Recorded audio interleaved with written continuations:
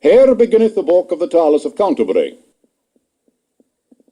When that April, with his sure sorter, the drucht of March hath persed to the rote, and bathed every vine in switch liqueur, of which virtue engendered is the flour. When Zephyrus eke, with his sweet breath, inspired hath in every heart and hath the tender croppus, and the younge sonne hath in the ram his halve course I runne, and smale fooles maken melodie, that slepen al de nicht with open ear, so pricketh the natuur in her courages. Then longen folk to go on pilgrimages, and palmers for to saken stranger strandes to ferna halwes whoth in sundry landes. And specially from every sheerest ende of England to Canterbury I wende, the holy blissful martyr for to sake, that him hath holpen, when that I were sake. Befeel that in that season on a day, in Southwark at the tabard as he lay, ready to wenden on me pilgrimage to Canterbury with full devout courage, at nicht was comen to that hostelrie, well 29 in a compagnie of sundry folk, be aventuri folly in fellowship, and pilgrims were they alle that toward Canterbury woulden read. The chambers and the stables were in weed, and well we were in aised at a beste. And shortly, when the sun was to rest, so had he spoken with him every chon, that he was of your fellowship anon, and made forward early for Teresa to talk our way, there is a you devise. But natheless, while ye have time and space, ere that he further in this tale passe, may thinketh it accordant to reason, to tell you all the condition of each of him, so as it seemed may, and which they weren, and of what degree, and eke in what array that they were in. And at a knecht, then will he first begin. A knecht there was, and that a worthy man, that fro the time that he first began to readen out, he loved chivalry, troth and honour, freedom and courtesy. Full worthy was he in his lordes were, and thereto had he ridden no man fairer, as well in Christendom as in heathenesse, and ever honoured for his worthiness. At Alessandra he was, when it was won. Full oft the time he had the board begun above alle nations in Prusse. In Leto had he rised, and in Russe no Christian man so oft of his degree. In Gernard at the sage eke had he bay of Algezire, and ridden in Balmarie. At Liais was he, and at Satalia, when they were won. And in the great Assay, at many a noble army had he bay. At mortal battles had he been 15, and fought in for our faith at Tramasine in Listus Trius, and I slain his foe. This ilka worthy knecht had been also some time with the Lord of Palatia, again another heathen in Turkey. And evermore he had a sovereign priest, and though that he were worthy, he was wise, and of his port as make as a maid. He never yet no villainy neside in all his life unto no manner wished. He was a very perfect gentle knecht. But for to tell you of his array, his horse were good, but he was not gay. Of fustian he were the Japan, all besmuttered with his haberjon, for he was laddie come fro his viage, and went for to don his pilgrimage.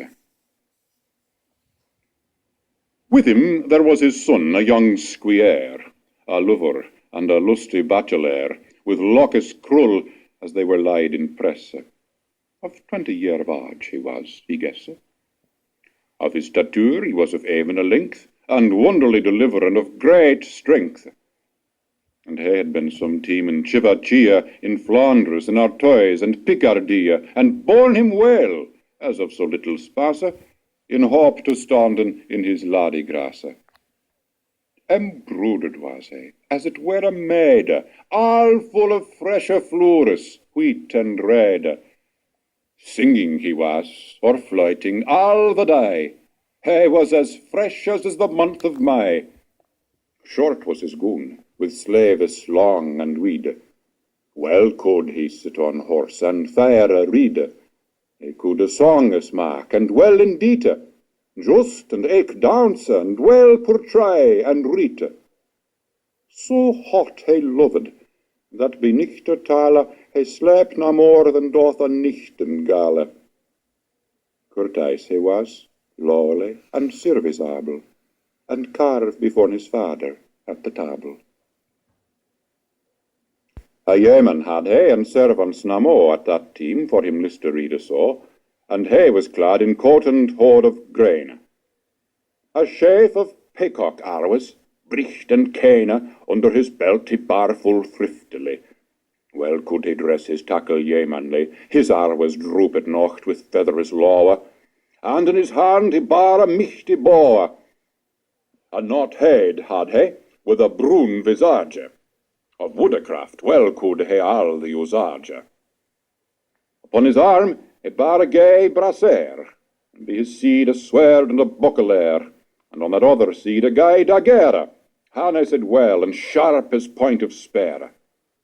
A Christopher on his breast of silver sheen, and horn he bar, the baldric was of grain. A forster was he sothly, as he guessed. There was also a nun, a prioress, that of her smiling was full simple and coy. Her greatest oath was but be sainte loy, and she was cleped Madame Eglantine. Full well she song the service divine, and tuned in her nose full samely, and French she spake full fair and fetisly, after the school of Stratford at a boa, for French of Paris was to hear unknowe. At matter well it talked was she withal.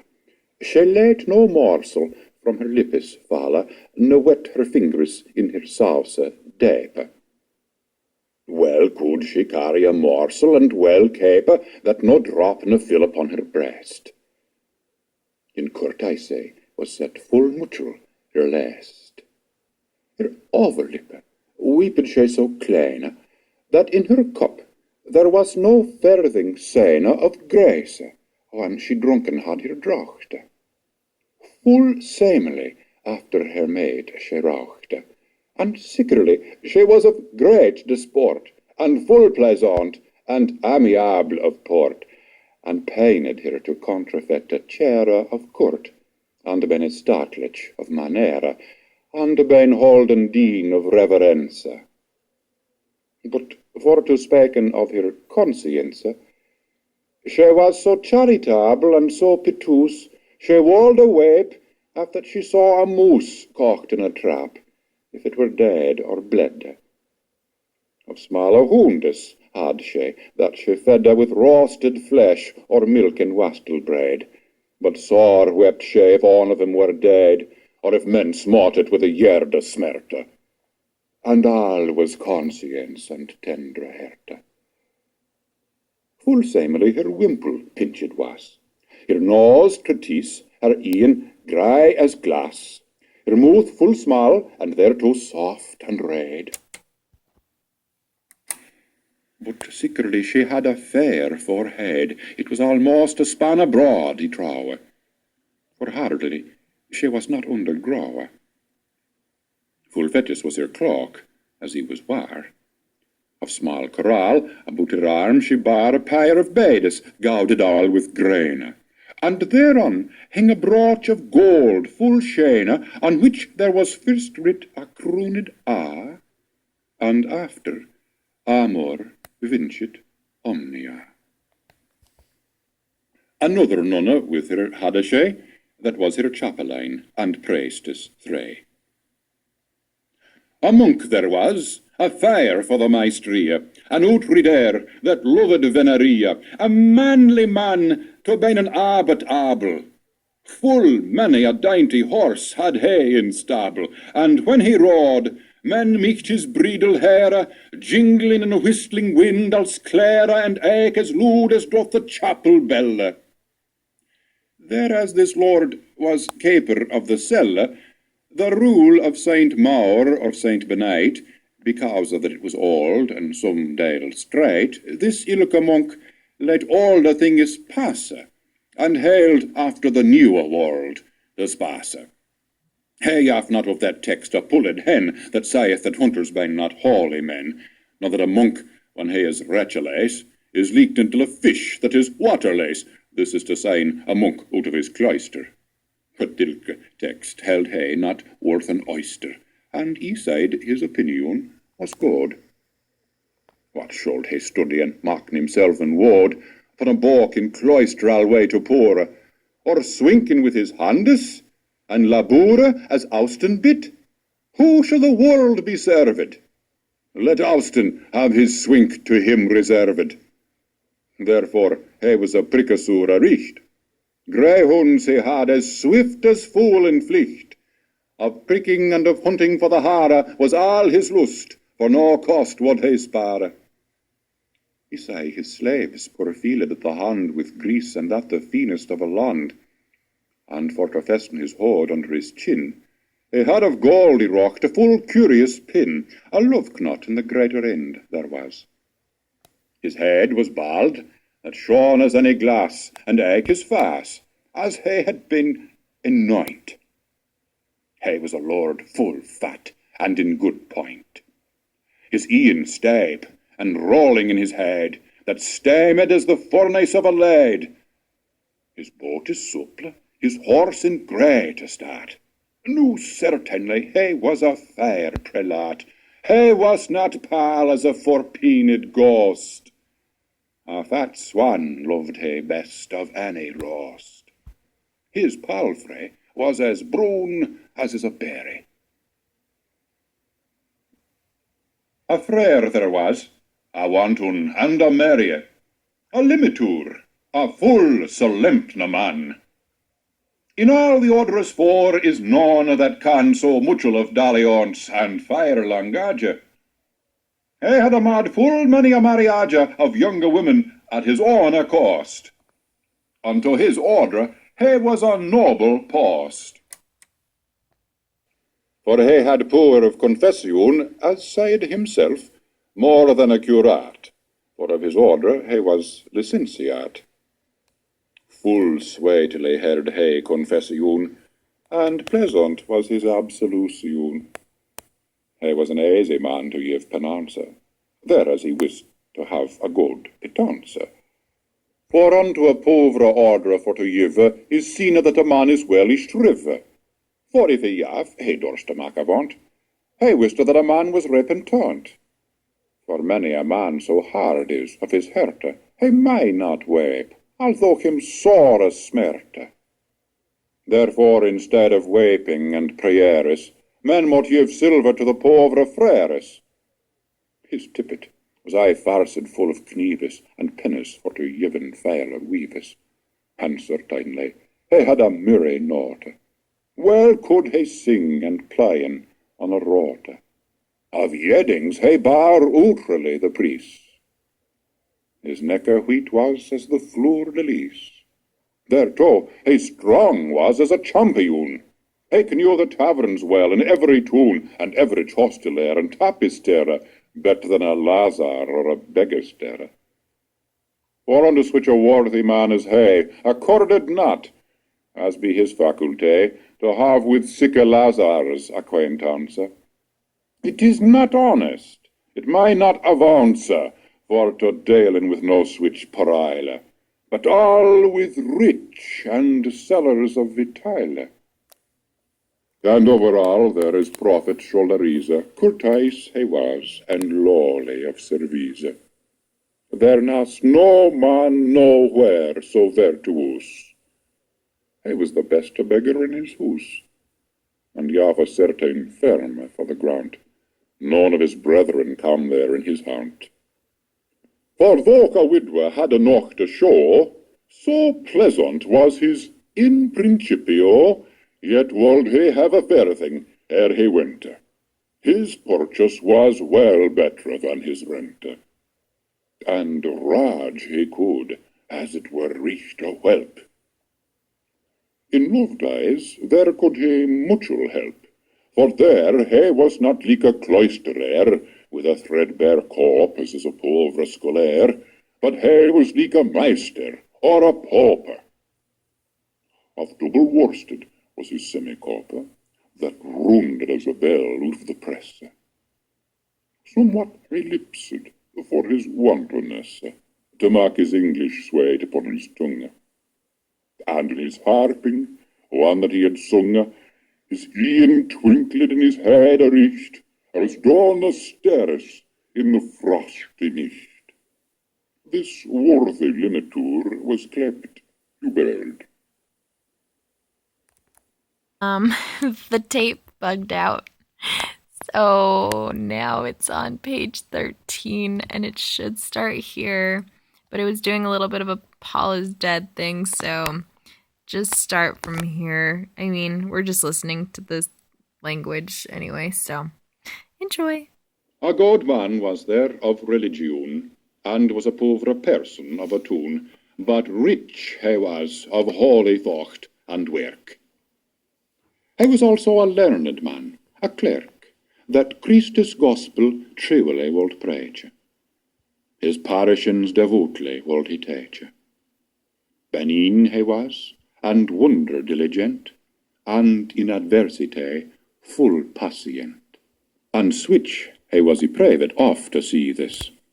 Full loth were him to cursen for his teethes, but rather wold he given out of duty unto his povre parishioners a booty of his offering and eke of his substance.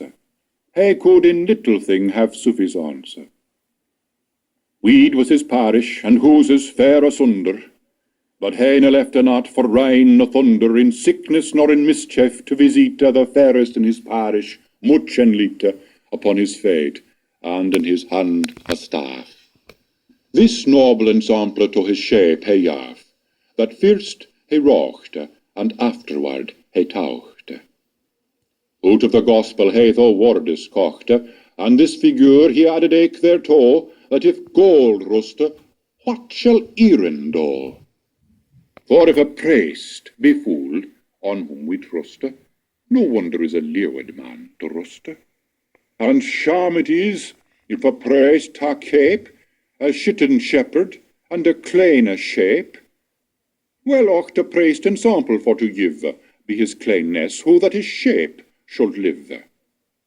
He sat not his benefice to hear, and let his shape encumbered in the mere, and ran to London unto Saint Apollos, to saken him a chantery for solace, or with a brotherhead to ben withholder, but dwelt at home, and kept well his fold, so that the wolf no mad it not miscarry. He was a shepherd, and not a mercenary. And though he holy were, and virtuous, he was to sinful men not despotus, ne of his speech dangerous, ne dean, but in his teaching discreet and benign. To drawing folk to heaven be fairness, be golden sample, this was his business. But it were any person obstinate, whatso he were, of high or low estate, him multi snibben sharply for the nonnes. A better praise he trow, that nowhere none is.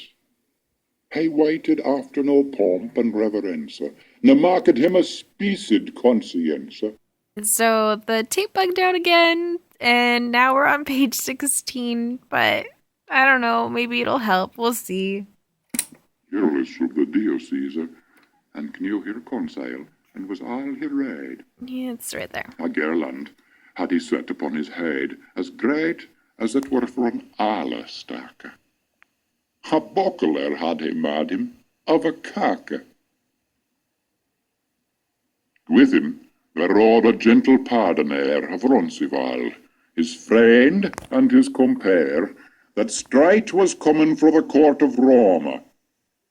Full loud he song, "Come hither, lover Tome." This summoner bar to him a stiff burdoon, was never trump of half so great a soon. This pardoner had hair as yellow as wax, but smooth it hang, as doth a streak of flecks. Be ounces hang his lockes that he had, and therewith he his shoulders overspread.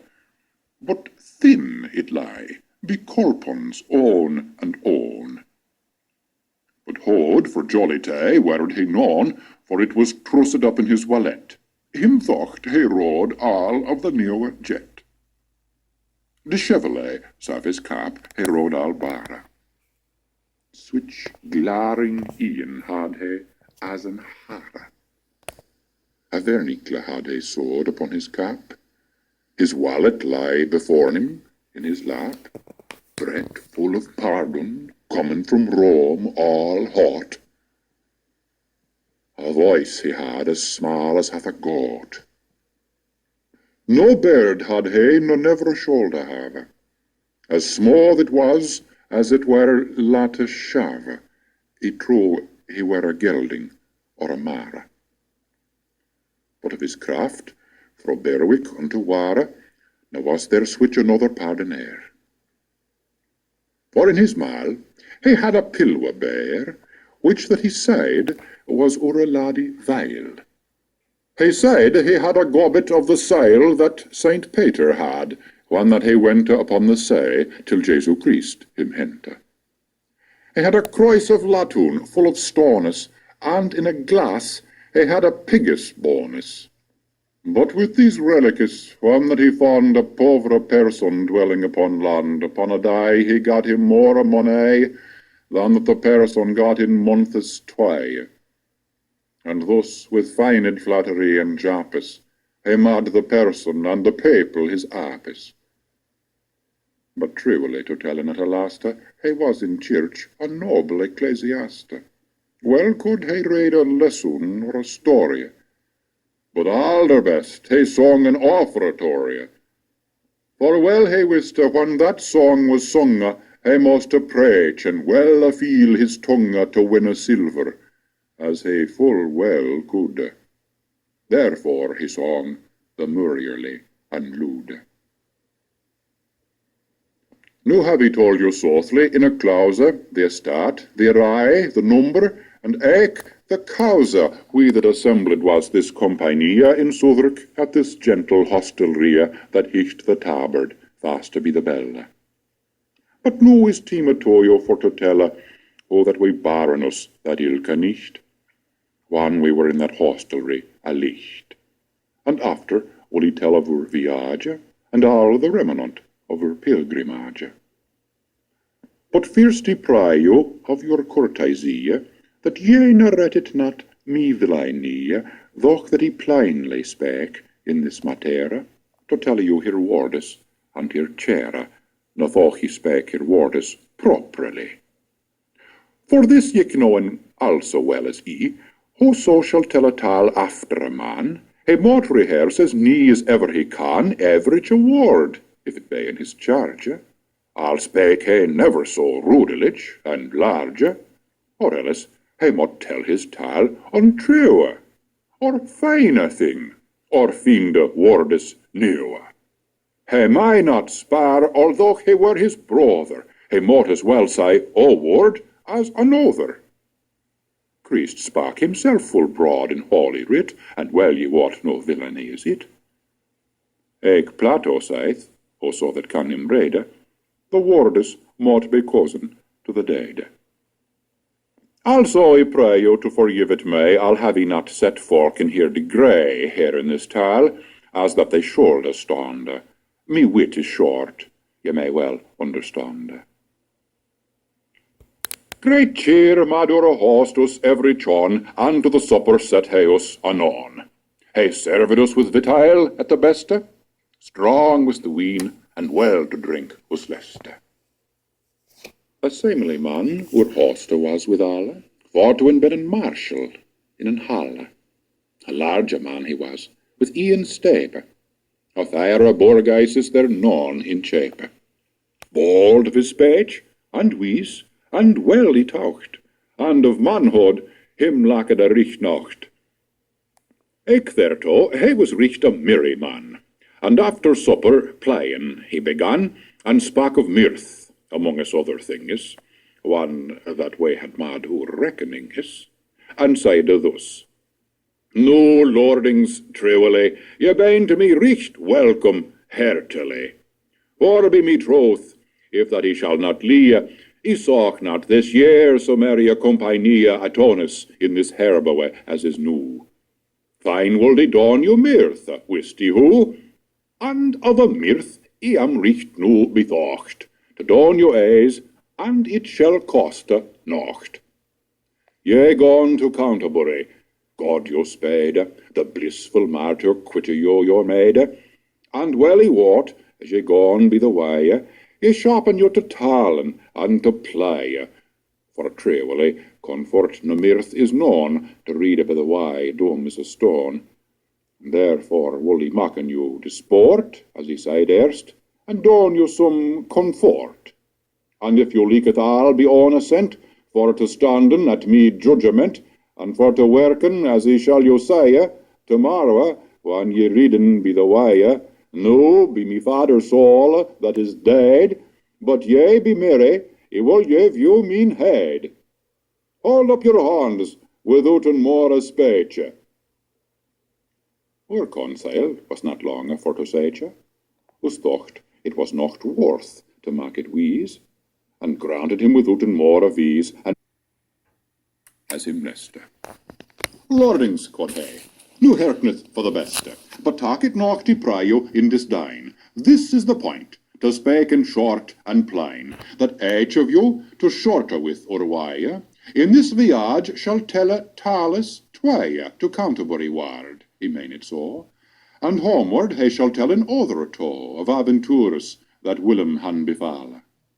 And which of you that beareth him best of all, that is to sign, that telleth in this case tales of best sentence, and most solace, shall have a supper at her aller cost, here in this place, sitting be this post, one that we come again from Canterbury.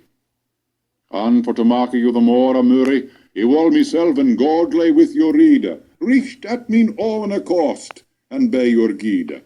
And also will me judgment with say, shall pay all that we spenden be the way. And if ye vote yourself that it be so, tell me anon withouten wordes more, and I will early sharp me therefore. This thing was granted, and our office swore with full glad heart, and prayed him also, that he would vote yourself for to do so, and that he would be our governor, and of our tales judge and reporter, and set a supper at a certain price, and we will revel it ben at his device in high and low, and thus be on assent we been accorded to his judgment. And thereupon the wine was fet anon, we drunken, and rest went it on withouten any longer tarrying. Tomorrow, when the day began to spring, up rose our host, and was our aller cock, and gathered us together all in a flock, and forth we ridden a little more than pass unto the watering of Saint Thomas. And there our host began his horse arrest, and said, Lordings, hearkeneth if you lest, ye wot your forward, and yet you record.